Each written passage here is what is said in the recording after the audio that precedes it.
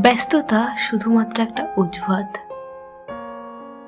তুমি যার কাছে যতটা গুরুত্বপূর্ণ, সে তোমাকে ততটাই গুরুত্ব দেবে।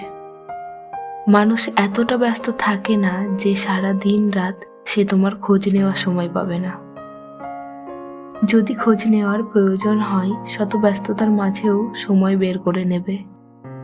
যখন তোমার গুরুত্বটা অন্যের কাছে কমে যাবে, তখন তোমাকে এড়িয়ে যাবার জন্য ব্যস্ততার অজুহাত দেখাবে। তুমি যদি অতিরিক্ত বোকা হও, তাহলে তার কথা বিশ্বাস করবে। ঠিক সেই সময়টা সে অন্য কাউকে দেবে। তোমাকে ব্যস্ততার অজুহাত দিয়ে এড়িয়ে যাবে। তার এড়িয়ে যাওয়ার জন্য তুমি মানসিকভাবে ভেঙে পড়বে।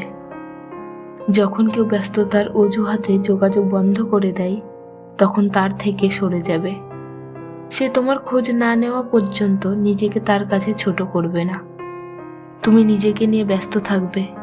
দেখবে অন্যের অজুহাতগুলো ঠুনকো মনে হবে তোমার।